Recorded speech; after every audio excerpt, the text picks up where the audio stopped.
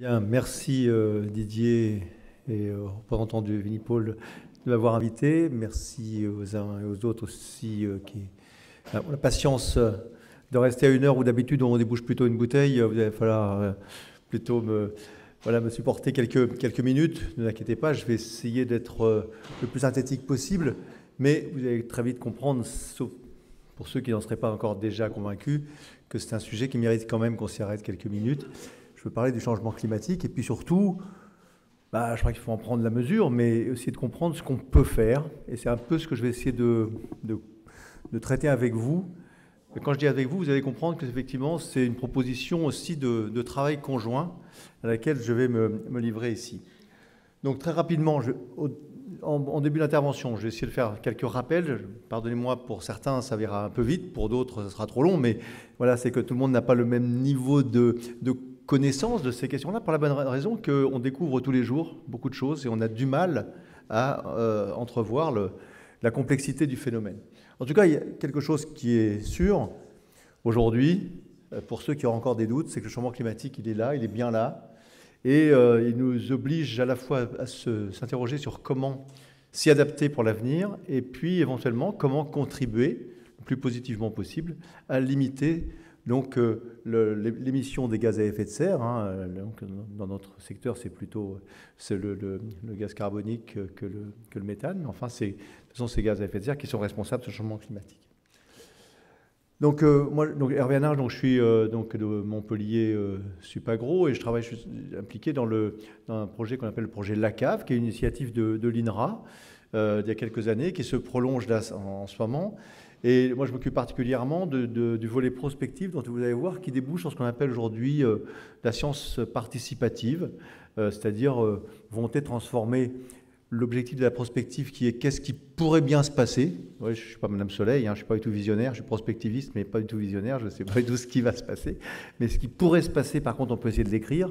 Et puis surtout, transformer ce qui pourrait se passer en ce qu'on pourrait faire. C'est l'objectif de l'atelier dont je m'occupe particulièrement. Vous voyez que c'est un projet très interdisciplinaire, donc surtout ne culpabilisez pas si vous avez l'impression de ne pas comprendre tout l'ensemble des enjeux du changement climatique. Nous, on n'y arrive pas du tout. On arrive à se mettre ensemble des unités de recherche de partout en France et qui essaient de collaborer bien sûr avec partout dans le monde d'autres unités de recherche. C'est un phénomène qu'on ne va pas traiter simplement au niveau de la Bourgogne ou de telle autre région. C'est un problème qui est mondial et qu'il va falloir traiter comme tel. En tout cas, la science, la recherche est plutôt en ordre de marche aujourd'hui pour essayer d'y travailler avec vous. Alors, quelques aspects du changement climatique, là je vais passer très vite. Il y a 4 domaines en tout cas sur lesquels on est tout à peu près d'accord. C'est l'augmentation de la température moyenne qui nous laisse à peu près, vous voyez, jusqu'à 2000. Voilà, là on a augmenté déjà fortement depuis l'ère de la révolution industrielle. Et ce qui est inquiétant, évidemment, c'est ce qui va se passer là, et encore plus là, parce que là, on ne répond de rien. On en vient à essayer d'espérer un scénario qui est un peu le COP21, qui sera probablement difficile à atteindre. C'est plutôt autour de 2 degrés. Mais la bonne nouvelle, entre guillemets, c'est que jusqu'à 2050, les scénarios sont plutôt convergents. Et en tout cas, c'est ici qu'il faut y travailler si on veut avoir une chance d'éviter le pire. Mais l'augmentation de la température moyenne, elle n'est plus mise en question. Plus de jours chauds, moins de jours froids. On peut le prendre sur toutes les stations météo. Aujourd'hui, c'est très clair, en tout cas dans le sud, c'est très clair. Vous voyez. Alors c'est compliqué parce qu'effectivement, on a une prise de conscience qui est récente. Pourquoi? Parce que pendant longtemps, les gens disaient, franchement, on a connu tous des épisodes extrêmes. En plus, dans le sud, encore plus. Mais évidemment, vous voyez que la difficulté, c'est qu'à peu près sur tous les indicateurs, la pente n'est pas forte. Et elle est même plutôt beaucoup plus faible que les aléas autour de cette pente. Donc tout le monde avait des souvenirs bien plus graves que tout ce qu'on pouvait constater d'année en année. Aujourd'hui, quand même, les séries sont très parlantes. Donc bilan thermique annuel moyen, vous voyez, qui permet de voir comment les cartes se dessinent avec des bilans thermiques au seuil de 10 degrés, inquiétant pour le département de l'Hérault. Je prends des références volontairement hors de Bourgogne, mais on m'a demandé de prendre un peu de recul. Voilà. Sur la pluviométrie, très honnêtement, c'est beaucoup moins net. C'est beaucoup moins net. On n'est pas sûr qu'il pleuve plus, qu'il pleuve moins en volume. Par contre, il y a peut-être à terme de hausse en Europe du Nord et une baisse en Europe du Sud. Ça, c'est à peu près, c'est les modèles qui sont les plus convaincants aujourd'hui. Et par contre, ce qui est à peu près clair, c'est l'augmentation de la variabilité climatique.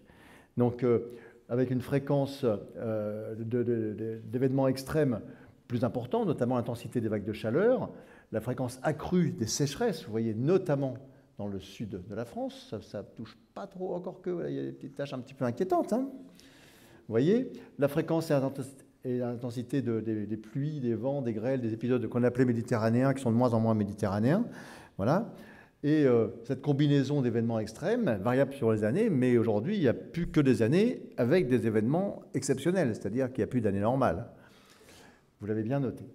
Donc tout le monde est à peu près d'accord avec ce que vous ressentez tous les uns et les autres là-dessus et qu'on essaie de prendre en compte. Et puis, bien sûr, les effets indirects sur les ressources et les écosystèmes. Ça vous touche moins ici, mais la hausse du niveau des mers, la salinisation, même sans être submergé, eh bien, l'élévation du niveau de la mer, ça fait monter le biseau salin et c'est absolument néfaste à la production viticole.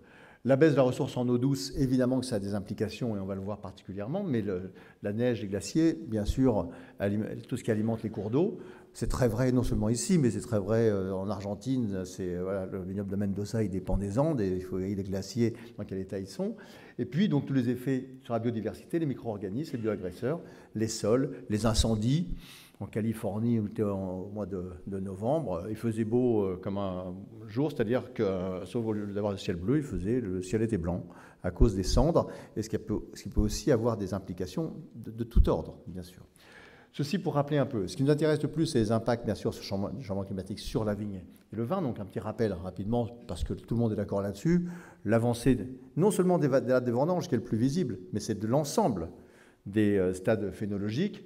Vous voyez, on est des chiffres, si on prend par exemple sur l'Alsace, on a quasiment 3 semaines d'avance, donc 21 jours en 21 ans, donc c'est quand même des choses, mais qui ne touchent pas que l'Alsace, vous avez bien compris. Le déficit hydrique, particulièrement dans les vignobles du sud de la France, très clairement, avec une baisse des pluies sur les périodes végétatives de la vigne, et donc un bilan hydrique qui se révèle très défavorable, avec la double peine à laquelle on va assister, c'est-à-dire que voilà, avec le raccourcissement du cycle et l'avancée des dates des vendanges, par exemple, quand on va passer de cette période présente ici, la période ici, on pourrait se dire, bah tiens, on va monter de 2 degrés. Eh bien, comme on va en plus avancer de 2 ou 3 semaines, c'est pas de 2 degrés, mais c'est plutôt de 7 degrés qu'on va augmenter la température au moment des vendanges. L'impact sur la qualité des vins, bien sûr, alors là, c'est très net, particulièrement dans le sud, mais partout, je le crois, l'augmentation du sucre, donc de l'alcool, la baisse de l'acidité, donc les problèmes de fraîcheur qui se posent terriblement dans le sud, mais qui pourraient se poser ailleurs, vous en avez conscience. La modification des profils aromatiques, on travaille là-dessus aussi, sur la cinétique des précurseurs d'arômes, y compris sur les couleurs. Et puis, donc, ce qui fait qu'aujourd'hui, on perçoit particulièrement ce problème dans le sud, mais également, je crois que c'est un secret pour personne, dans les vignobles septentrionaux, même si par certains aspects, à cette période, on a pu penser qu'il y avait quand même quelques effets bénéfiques. Tout le monde sait que c'est absolument fragile, que c'est absolument pas pérenne et qu'on ne peut pas compter dessus, il faut plutôt s'en inquiéter. L'impact sur les terres favorables à la vigne, vous voyez donc les prédictions du chercheur américain du début des années 2010, Anna, qui disait qu'en France, on aurait bientôt plus de 60% des terres viticoles qui deviendraient impropres à la production de vin. Eh bien, évidemment, on espère que ça ne va pas se réaliser, on va voir comment, mais vous voyez bien quand même qu'il y a quelque chose là qui se passe. Il y a ce gradient très net qui va pénaliser probablement rapidement les vignobles du sud, voilà, qui deviennent impropres à la production viticole et qui va éventuellement rendre viable une viticulture dans des zones qui étaient absolument hors sujet, et y compris dans les zones de Bretagne. On parle beaucoup de l'Angleterre, des investissements champenois en Bretagne, ça agite beaucoup la presse. C'est un épiphénomène, mais effectivement, c'est un arbre qui cache une véritable forêt. Des effets attendus sur le rendement. Alors, vous voyez que le rendement, très nettement, alors on a des problèmes de rendement dans le sud de la France, très clairement, de 15 à 35%. À Bordeaux, c'est plutôt peu sensible. Il peut y avoir, en tout cas, des effets attendus sur le rendement dans tous les vignobles. Évidemment, ce sont des moyennes parce que le rendement, il est aussi très dépendant d'épisodes très extrêmes dont on parlait tout à l'heure, c'est-à-dire des gels, des grêles, etc.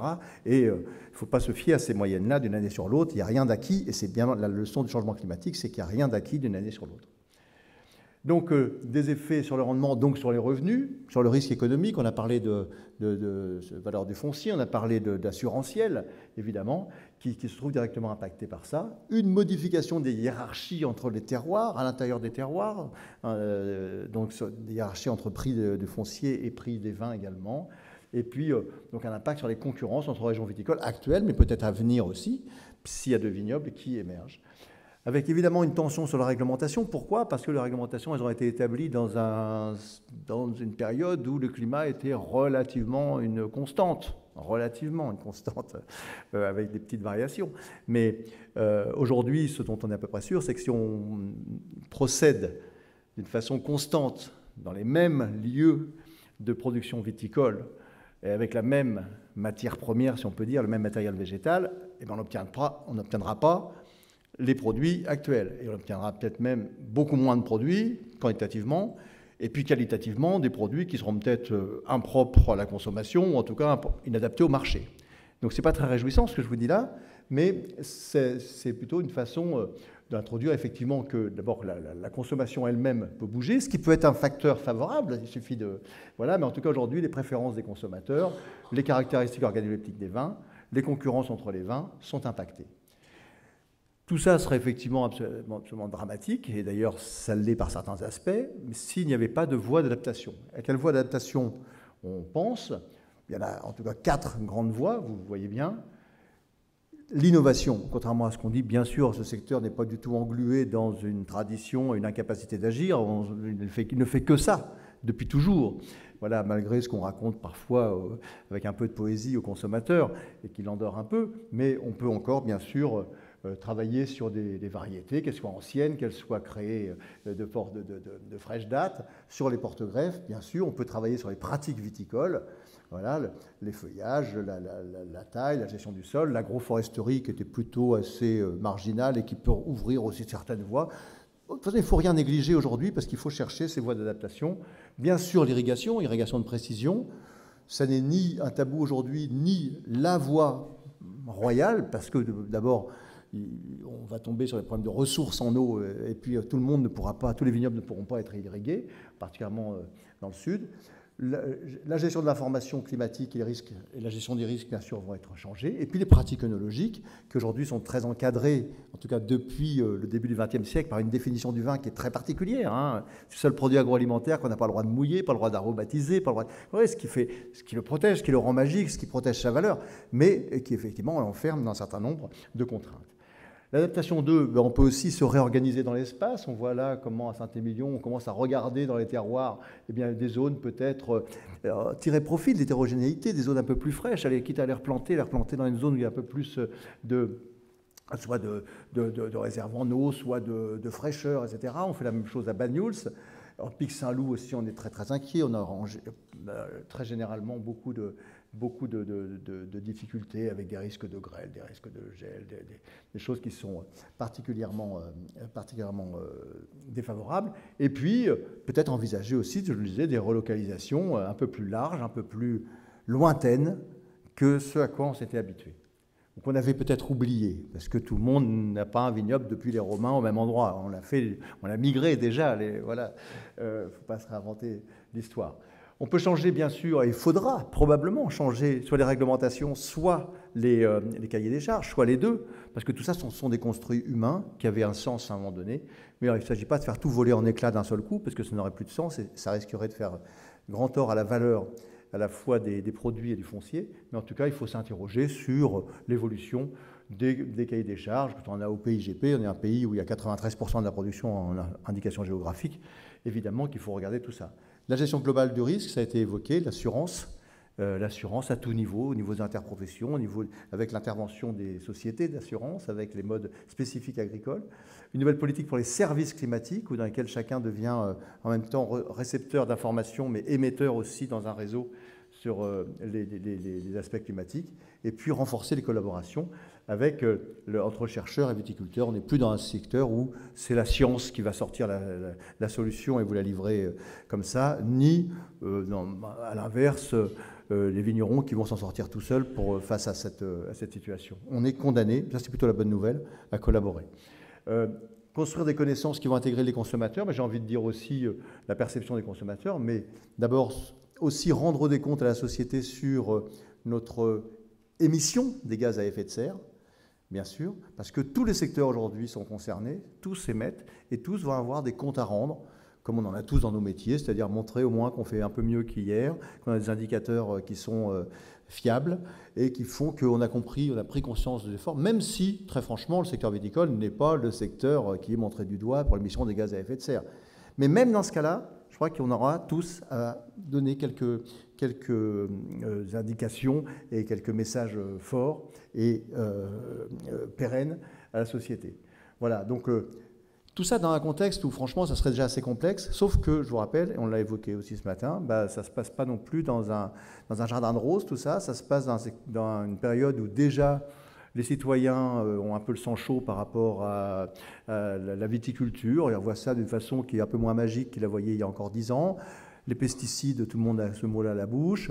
L'adaptation, la transition digitale, l'adaptation au nouveau marché, ça a été évoqué très bien à l'instant. Ça aurait suffi déjà à faire notre bonheur, mais tout ça en plus arrive en même temps. Donc il faudra bien s'en sortir.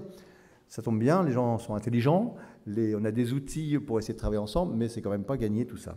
Alors nous, la voie qu'on a proposée comme ça, c'est justement de contribuer d'abord en essayant de mobiliser tous les aspects que la science peut éclairer. On a des choses en magasin, sur la création variétale, sur les porte-greffes, tout ce que j'ai évoqué à l'instant. Il y a des recherches, il y a des collaborations internationales, il y a des outils, il y a des connaissances, mais il y a aussi des tonnes d'expérimentation dans les organismes de recherche-développement, les chambres d'agriculture en premier chef, dans les interprofessions. Tout le monde a beaucoup de choses en magasin et en plus est capable de les interconnecter aujourd'hui, ce qui est plutôt la bonne nouvelle.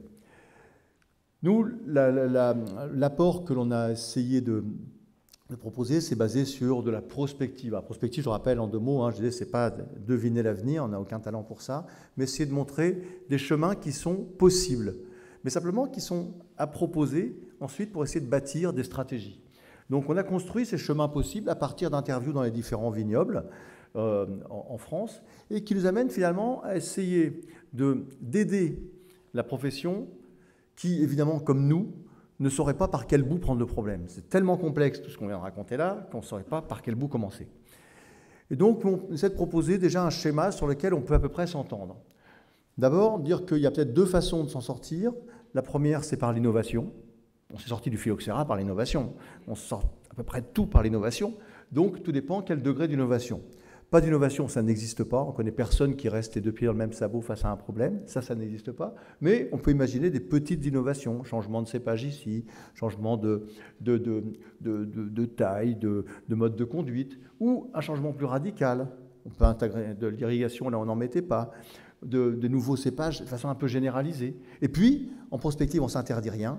Et on a marqué volontairement des choses qui sont interdites par la réglementation aujourd'hui, comme je l'ai rappelé à l'instant, c'est-à-dire, bien sûr, l'aromatisation, le mouillage du vin, mais ce n'est pas une provocation, c'est une façon de dire que tout ça sont des construits humains, et peut-être, en tout cas, à un moment donné, il faudra les remettre en question ou dire non, justement, on sait pourquoi, et on les maintient, mais ce n'est pas parce qu'on n'y a pas pensé. Les OGM, exactement de la même façon, c'est-à-dire, si on en veut, c'est le moment de le dire, si on n'en veut pas, c'est le moment de le dire aussi. En tout cas, ce sont des choses qui sont sur la table.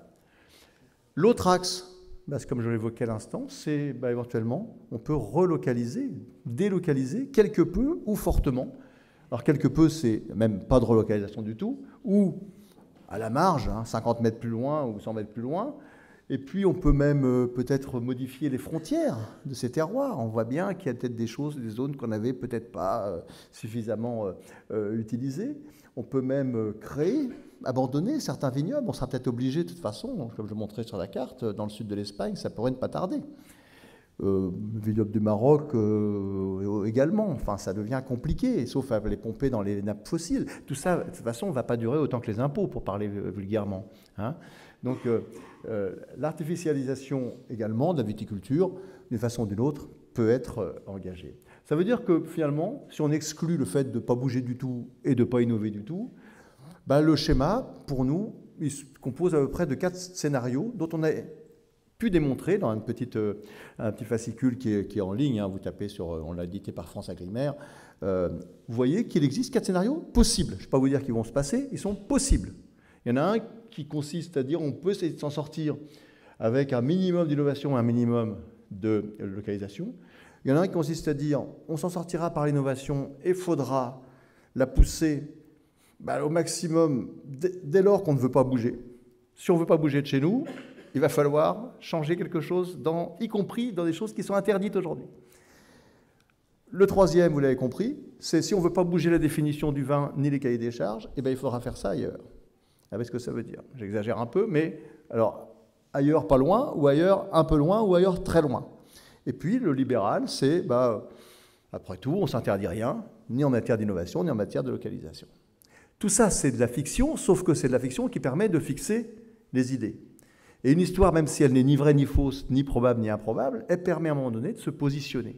Et puis de se dire, qu'est-ce qu'il y a dans ça? Alors on a écrit des scénarios en quelques pages là-dessus pour ceux que ça intéresse, c'est plus ou moins digeste, mais en tout cas, ça existe. On est allé surtout, et c'est là où ça devient intéressant, on est allé les proposer d'une façon participative à des assemblées qui peuvent ressembler à la vôtre aujourd'hui, sauf qu'au lieu de prendre une demi-heure pour parler de ça, on a pris une journée, on s'est mis autour de la table et on s'est posé un certain nombre de questions. Alors, on a fait ça à Bordeaux, on a fait ça ici il y a 2 ans, pour certains y étaient peut-être.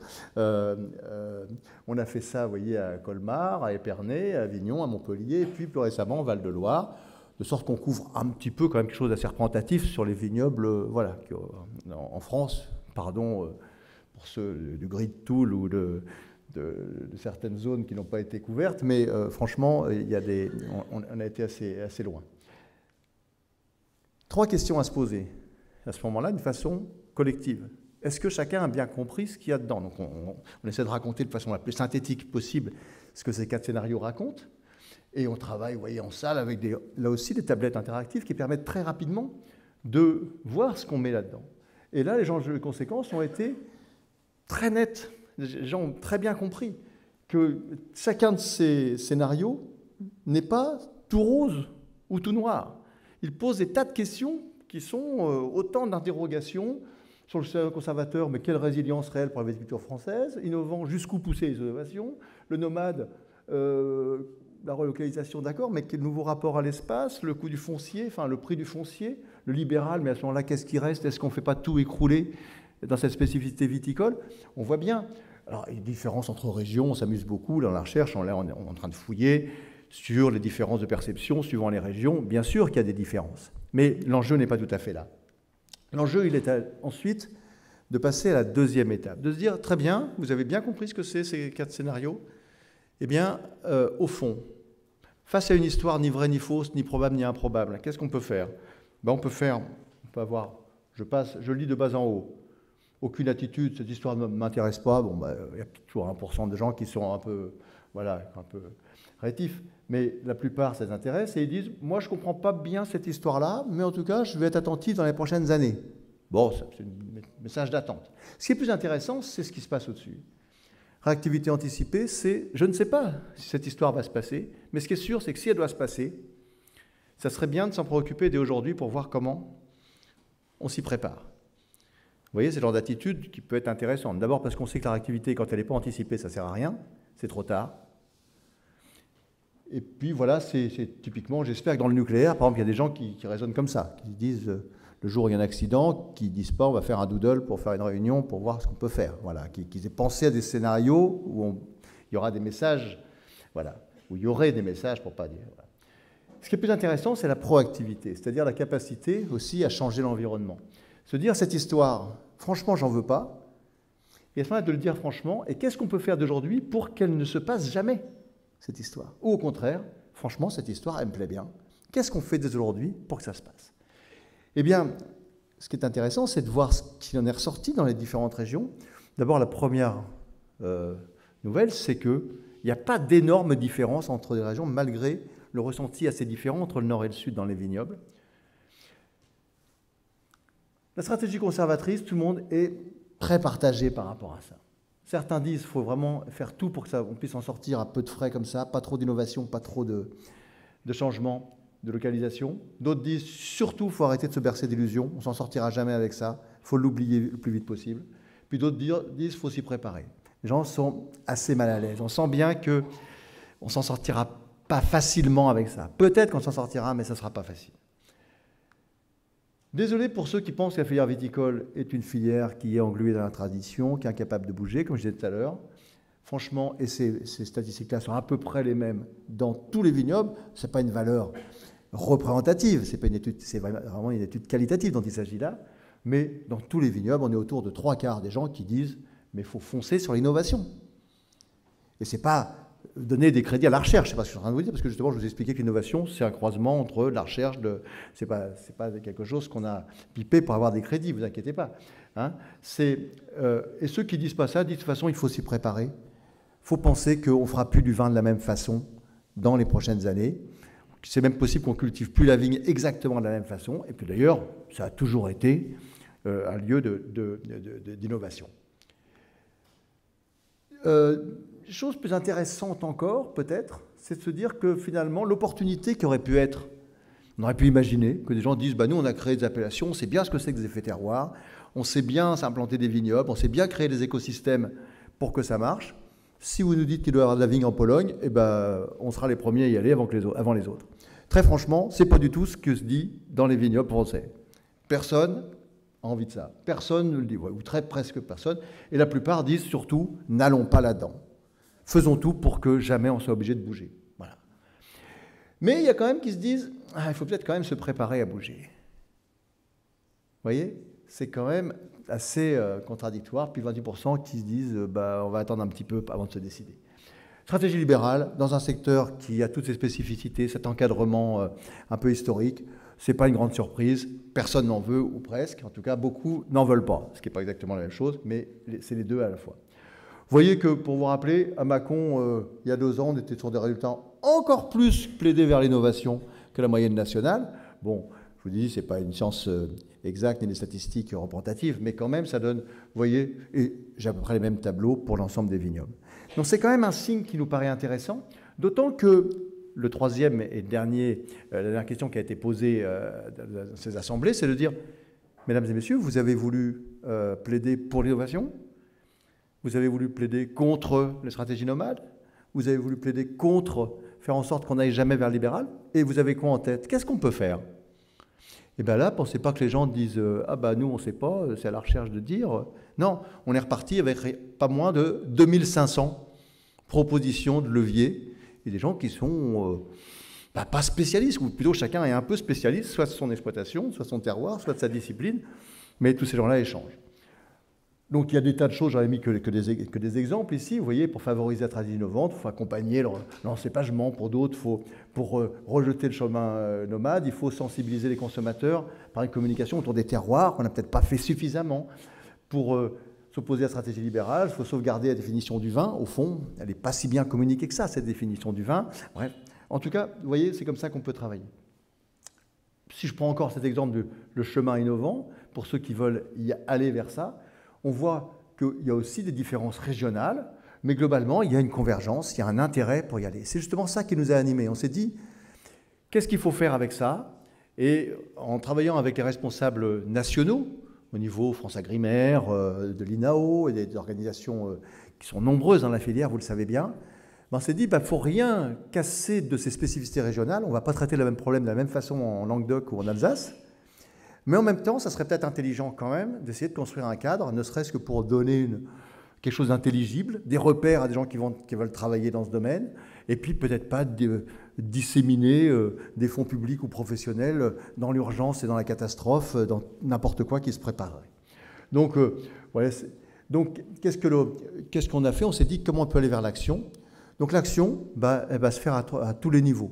Elle peut se faire au niveau local. Donc là, je vous dis que ces dernières semaines, tout ça, c'est du récent presque en live. Hein. Ces dernières semaines, on travaille particulièrement avec l'AOC Languedoc, mais avec d'autres qui disent, mais aidez-nous. Nous, on est d'accord pour faire évoluer le cahier des charges, mais comment, pourquoi, qu'est-ce que vous avez en magasin? Qu'est-ce que vous pouvez nous proposer? Vous connaissez quoi? Nous, on a 2 ou 3 cépages anciens en tête qu'on avait laissé tomber, peut-être qu'ils seraient intéressants. Voilà. Et on peut faire de l'interactif avec ça. On a fait un climaton. Alors, le climaton, il avait eu lieu à Milan. C'est poussé par la communauté européenne qui se pose beaucoup ces questions-là. À Milan, à Paris. Puis nous, on a poussé l'autre cuidance. Je vais le faire dans un petit village qui doit faire à peu près 2000 habitants. Voilà, Murviel, les Montpellier. Et on a passé 24 heures, voilà, avec des vignerons, des citoyens, etc. Et des étudiants. Et c'était assez magique de voir que ces gens-là ne s'étaient jamais parlé et qu'ils sortaient à la fin des choses sur lesquelles la mairie pouvait dire ouais, nous on peut aider, ça on peut faire, il vous faut quoi? Ça, un terrain, on va y arriver. Il faudrait des investissements de ce type-là, bon, on peut essayer de trouver. Et voilà, c'est relativement heuristique comme démarche. D'autant que ce genre de choses, je ne vous cache pas que dès qu'on travaille sur ces questions-là, eh bien, comme vous sûrement, eh bien, on est appelé, pas tous les matins, mais toutes les semaines en tout cas, par des entités de tout ordre qui viennent nous dire comment on fait? Comment on fait? Est-ce que vous pouvez nous aider d'une façon ou d'une autre? Alors, nous, on s'est pas mal engagé au niveau non plus au niveau local seulement, mais au niveau national. Donc là, ce que je peux vous dire, c'est qu'il y a une véritable ambition aujourd'hui d'essayer de donner un cadre, mais sans gommer par trop les spécificités régionales, comme je le disais. Donc, on est en train de mettre en place une méthode d'élaboration concertée. Quand je dis en train, vous allez voir le calendrier, on est en plein dedans, avec des échanges réguliers, évidemment, entre le niveau régional et national, pour concilier ces attitudes stratégiques qu'on a évoquées tout à l'heure, ces proactivités positives et négatives, ces réactivités anticipées, intégrer des propositions régionales qui restent à faire émerger et qui ne sont peut-être pas toujours les mêmes au sein d'une même région, pardon. Et puis, peut-être même envisager des différences entre différents segments de marché, entre les IG, les sans IG, il n'y en a pas beaucoup, mais il y en a un peu en France quand même. On en est où aujourd'hui? Aujourd'hui, on en est sur un consensus qui est en train de naître au niveau national, qui nous dit, continuer à travailler sur ces scénarios-là et essayer de faire sortir des éléments qui permettent de bâtir une stratégie, qui vont favoriser l'advenue de scénarios innovants. Tout le monde est convaincu que ça valide un peu ce qu'on avait vu dans les régions, qu'il faut éviter la réalisation du scénario nomade et du scénario libéral, et puis prendre en compte, effectivement, peut-être les différents votes sur scénario conservateur, qui n'a peut-être pas tout donné de son potentiel. Les 2500 et quelques leviers d'adaptation, plus tous ceux qu'on a essayé d'ajouter, eh bien, on est capable, finalement, de les classer en 4 grandes catégories. Il y en a qui relèvent de la recherche-développement, il y en a qui relèvent d'actions d'appui à l'organisation collective et territoriale. On est convaincu que l'organisation collective et territoriale, qui est déjà très riche en France, mais elle est riche parce qu'on a fait les millefeuilles depuis 1907 à tous les niveaux. Alors évidemment, ça ne se modifie pas d'un seul coup, mais c'est sûr qu'il va falloir envisager un avenir adapté à ce changement climatique, avec peut-être un poids des citoyens, ils s'expriment. Peut-être qu'ils s'exprimeront mieux, des consommateurs, qui pour l'instant assez spectateurs, qui vont peut-être rentrer dans la danse. En tout cas, il est très probable que tout ça bouge quelque peu. La réglementation, je pense qu'on l'a vu, on n'y coupera pas, que ce soit par la réglementation européenne, nationale ou par les cahiers des charges. Et puis, de toute façon, une meilleure adaptation au marché, y compris dans sa dimension numérique, et la communication. Donc, on a essayé de rassembler ça en 54 actions types qui deviennent prioritaires. Et vous voyez le calendrier, on est en plein dedans. On est aujourd'hui en train... Voilà, les instances FranceAgriMer et INAO ont pris ça en main, sont en train de mettre en place les retours dans les régions, ou les dialogues avec les régions via les conseils de bassin, les CR, INAO, etc. Ça, c'est un peu leur tambouille et leur mécanique actuelle, mais c'est absolument nécessaire de faire vivre cette démocratie-là entre institutions. Ça paraît lourd, mais c'est très important d'avoir cette mise en cohérence. Ça ne se fera pas en 5 minutes, mais il faut le faire dès maintenant. Et puis, je terminerai avec ça. Mais on est convaincu aussi que ce n'est pas simplement au niveau national qu'on s'en sortira, c'est déjà pas simple, mais qu'une collaboration internationale doit être développée. Donc là, bien sûr, on essaie d'intervenir dans des colloques internationaux, mais aussi au niveau on a la chance, dans le secteur du vin, d'avoir une organisation spécifique, l'OIV, dans laquelle il y a moyen de s'exprimer à travers les groupes d'experts. Et on a fait communication il y a 15 jours maintenant, justement auprès de l'OIV, sur cette thématique. Non, qu'est-ce que je dis il y a 15 jours? Non, il y a 8 jours, ouais, c'est ça. Il y a 8 jours. Et où les Italiens et les Espagnols, j'aurais préféré qu'ils nous disent « Ah, vous en êtes que là, nous on a déjà trouvé des solutions beaucoup plus performantes ». Malheureusement, ils étaient plutôt admiratifs, ce qui est très sympa pour l'ego, mais ce qui est absolument dramatique, parce que ça veut dire que les autres pays, il y a 48 pays à l'OIV, et c'est pas sûr qu'ils soient plus avancés. Pour les pays qui ne sont pas membres de l'OIV, la Chine ne me paraît pas tellement leader dans cette affaire, et les États-Unis, j'étais il n'y a pas longtemps, j'ai le sentiment qu'il y a une espèce là, il y a une espèce d'omerta et des gens. On peut passer, je vous l'ai dit, 2 jours sous un ciel de cendres sans que personne nous parle du changement climatique. Et le problème, c'est que quand on en parle aujourd'hui, c'est politisé. Les propos extrêmes de Trump font qu'aujourd'hui, c'est politisé. Donc ça devient compliqué de parler de ça. Donc vous voyez que, eh ben, tant pis, la France va peut-être essayer d'avancer. En tout cas, les Italiens et les Espagnols, et avec l'appui de l'Europe, on est en train de voir ça, sont prêts à s'engager aussi dans cette bataille. La France, l'Espagne, l'Italie, c'est encore, malgré le Nouveau Monde, c'est encore puissant au plan viticole. En tout cas, maintenant, il faudra prendre nos responsabilités de leader, entre guillemets, si on veut avancer. Mais vous le voyez, en tout cas, rien n'est perdu. La situation est grave, mais pas désespérée, comme on dit. Mais en tout cas, ce qu'il faudra, c'est probablement multiplier les collaborations. Et donc, je considère que cette présentation aujourd'hui aussi s'intègre dans cette invitation à collaborer encore davantage par la suite. Voilà, je vous remercie de votre attention.